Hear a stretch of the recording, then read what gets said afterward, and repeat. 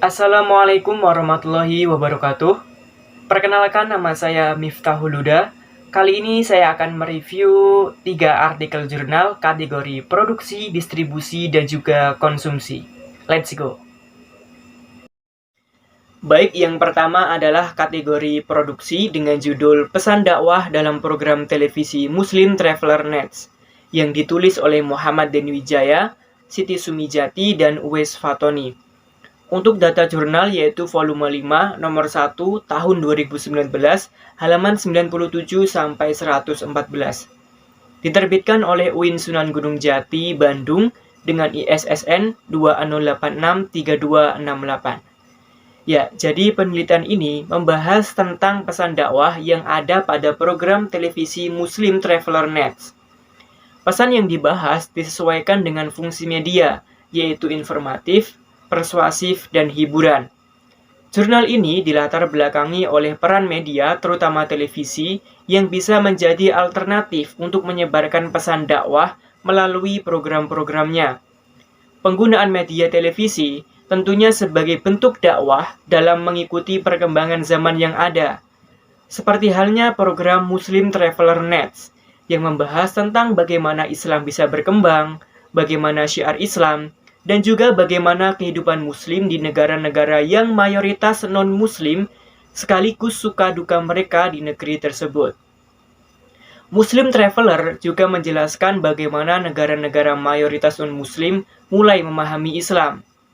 Menggunakan media televisi sebagai perantara menyampaikan pesan dakwah karena televisi mudah diakses dan dekat dengan kehidupan sehari-hari.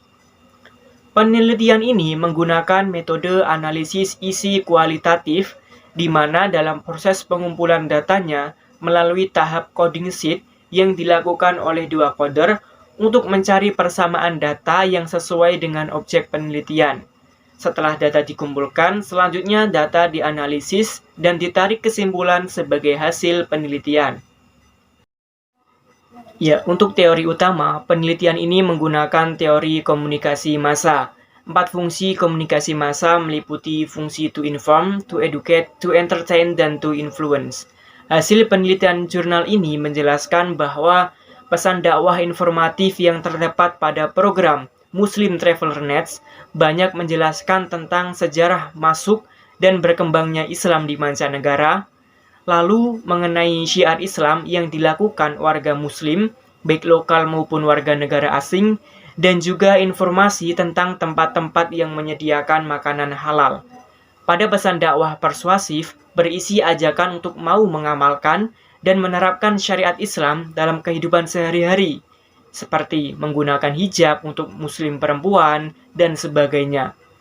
Selain itu, pesan dakwah hiburannya ialah tayangan yang menampilkan pemandangan dan karya seni yang indah, juga belajar bahasa asing. Dalam review jurnal ini, saya memberikan pandangan bahwasanya banyak cara yang dapat kita lakukan dalam olehnya berdakwah.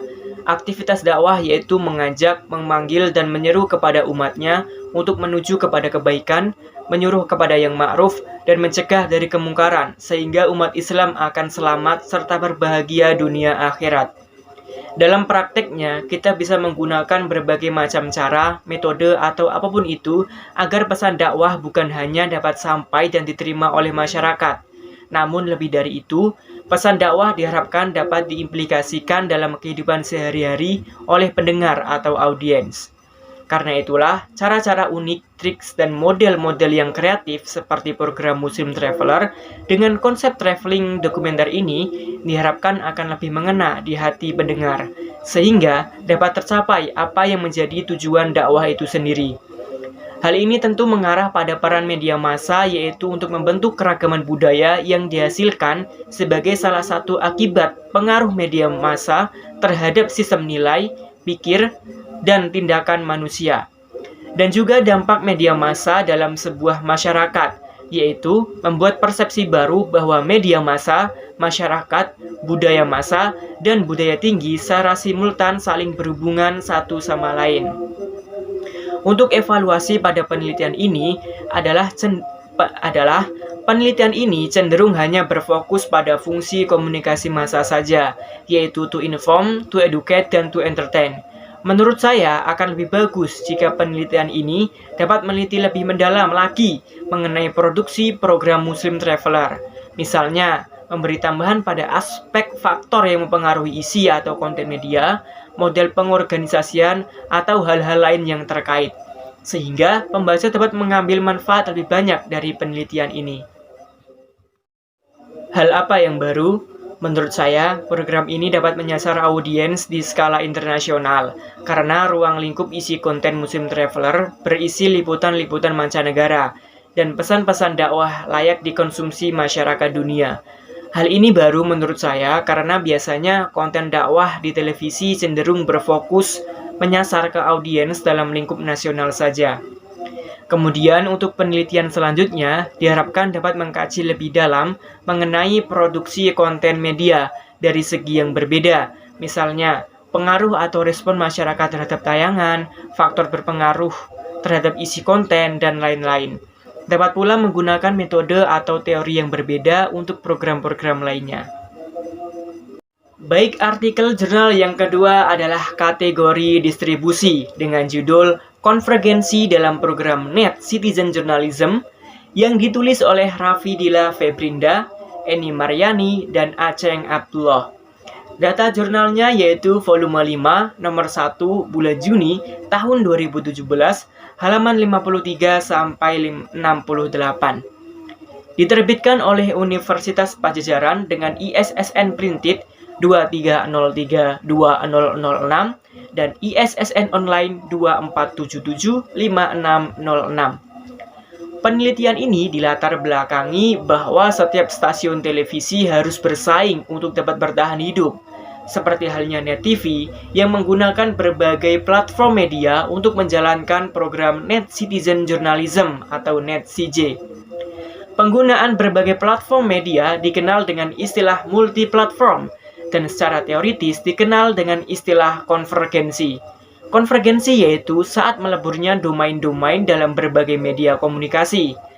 Artikel jurnal ini menggunakan metode studi kasus untuk melihat bagaimana konvergensi terjadi dalam proses pengelolaan program Net Citizen Journalism. Penelitian ini dilatar belakangi oleh berkembangnya industri media di Indonesia. Salah satunya ditunjukkan dengan munculnya televisi-televisi baru di Indonesia. Penggunaan media baru dan media lama yang diintegrasikan juga sudah semakin marak. Salah satunya dikenal dengan istilah konvergensi.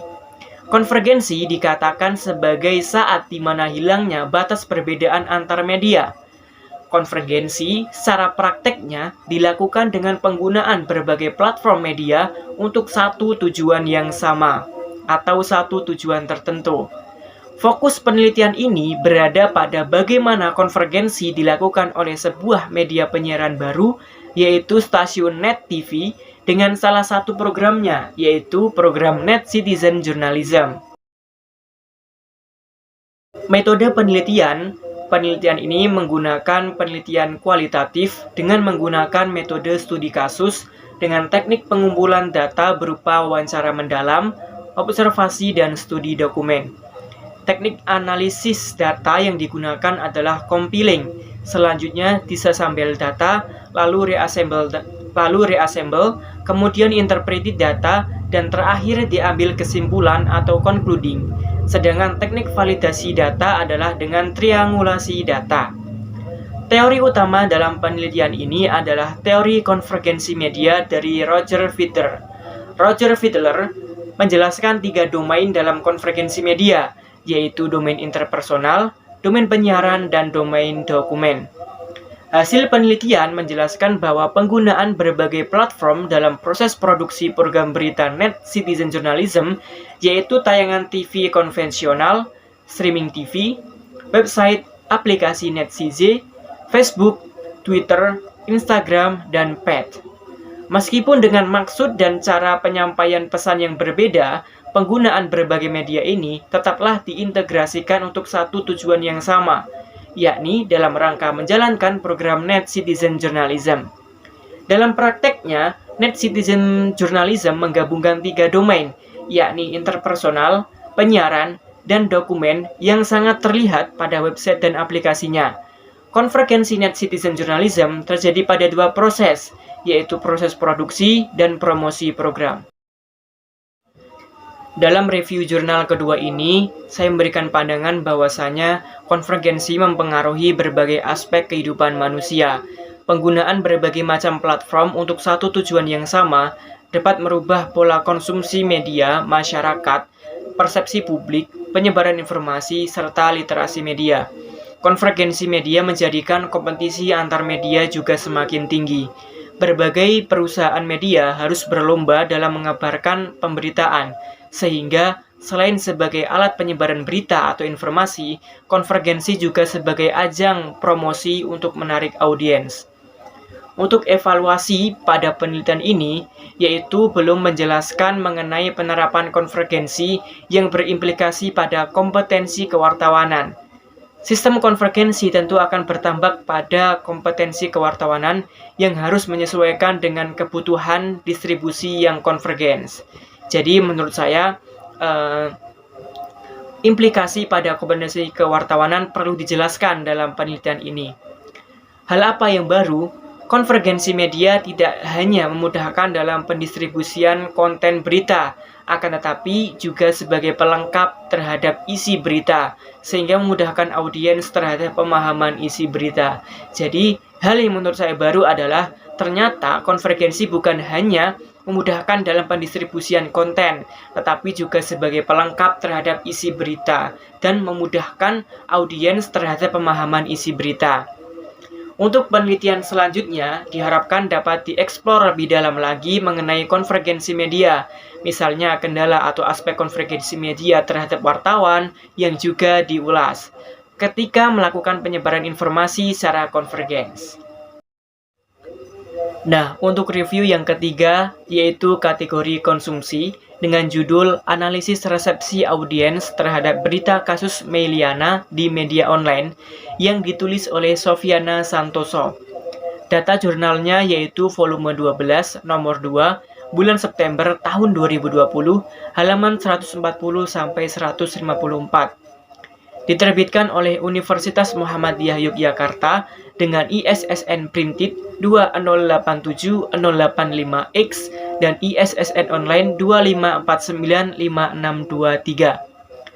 Jurnal ini menjelaskan bahwa Indonesia sebagai negara multikultural sering menghadapi konflik yang mengarah pada disintegrasi. Salah satu contoh konflik multikultural dialami oleh Meilyana, warga Tanjung Balai yang berasal dari etnis Tionghoa, divonis hukuman 18 bulan penjara karena mengeluhkan volume suara adzan. Pada jurnal ini, peneliti ingin mengetahui bagaimana pemahaman dan penerimaan audiens terhadap berita kasus Meilyana yang mengeluhkan volume suara adzan di media massa online. Yang menjadi latar belakang penelitian ini adalah adanya hambatan dari kehidupan masyarakat multikultural yang sering menghadapi konflik yang mengarah pada disintegrasi. Perbedaan juga dapat mengarah pada perilaku diskriminasi. Salah satu contoh konflik multikultural adalah dialami oleh Meilyana, warga Tanjung Balai, yang divonis hukuman 18 bulan penjara karena mengeluhkan volume suara adzan. Diketahui, Meilyana berasal dari etnis Tionghoa beragama Buddha. Kasus intoleransi sebelumnya juga pernah dialami oleh Basuki Cahayapurnama atau Ahok yang melakukan penistaan agama dalam pernyataannya yang mengutip surah Al-Maidah ayat 51 saat mengunjungi masyarakat di Kabupaten Kepulauan Seribu. Pemilihan objek di media online karena saat ini media online lebih unggul, yang mana didukung oleh teknologi internet yang memungkinkan peristiwa dilaporkan kepada khalayak secara cepat dan aktual. Metode penelitian ini termasuk dalam jenis penelitian kualitatif yang bersifat deskriptif. Metode yang digunakan yaitu analisis resepsi model Stroud-Hall. Pengambilan sampel menggunakan teknik purposive sampling, sedangkan teknik pengumpulan data dengan wawancara dan dokumentasi. Data yang diperoleh dari hasil wawancara kemudian dianalisis menggunakan teknik analisis data model Miles dan Haberman yang dibagi dalam 3 tahap. Penelitian ini juga menggunakan validitas triangulasi sumber data. Teori utama penelitian ini menggunakan teori analisis resepsi model Stroud-Hall. Stroud-Hall mempunyai perhatian langsung terhadap 2 aspek, yaitu encoding dan decoding, yaitu analisis dalam konteks sosial dan politik di mana isi media diproduksi atau encoding, dan konsumsi isi media atau decoding dalam konteks kehidupan sehari-hari. Hasil penelitian menemukan bahwa ada bermacam-macam interpretasi khalayak dalam memaknai berita kasus Meliana dalam mengeluhkan volume suara adzan di media online.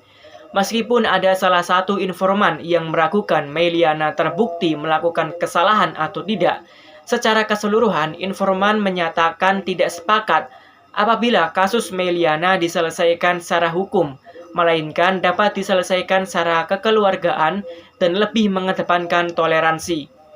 Pemaknaan khalayak tentang berita tersebut dihimpun ke dalam 2 hipotesis resepsi, di antaranya dominated reading yang menunjukkan bahwa informan sepakat dengan berita di media yang menyebut kasus Meliana bukan penistaan agama, dan negotiated reading di mana informan menerima teks media yang menyebut kasus Meliana merupakan penistaan agama, namun dengan pertimbangan tertentu. Dalam review artikel jurnal ini, saya memberikan pandangan bahwa pemaknaan khalayak terhadap isi berita berbeda, sehingga menimbulkan perbedaan pandangan yang dapat merangsang emosional audiens. Hal ini dapat mempengaruhi konsumsi atas konten tersebut. Bahkan audiens akan mencari, bahkan menunggu untuk mengkonsumsi konten berita lanjutan yang mampu merangsang emosional khalayak tersebut. Untuk evaluasi, penelitian ini belum menjelaskan apakah khalayak mengkonsumsi konten tersebut dengan baik. Artinya, apakah dalam mengkonsumsi berita tersebut senantiasa berhati-hati dalam mencari kebenaran atau hanya ikut-ikutan saja? Karena banyak sekali audiens yang belum secara maksimal memahami dan mengetahui suatu isu, tetapi sudah mengasumsikan berita tersebut dengan pikiran yang kurang jernih. Mungkin seharusnya hal ini juga perlu diteliti. Hal apa yang baru? Ternyata, konsumsi media dapat menarik perhatian yang sangat intens terhadap masyarakat Indonesia.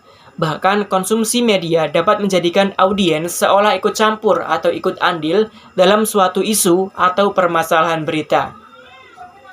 Untuk penelitian selanjutnya, diharapkan dapat mengkaji lebih dalam terhadap isu yang sama dengan metode atau sudut yang berbeda. Hal ini karena sebuah masalah tersebut masih sering terjadi di Indonesia, bahkan dunia. Harapannya juga dapat menggunakan kajian teori yang berbeda. Demikian review artikel kali ini, semoga bermanfaat dan sesuai dengan apa yang diharapkan. Terima kasih dan sampai jumpa. Wassalamualaikum warahmatullahi wabarakatuh.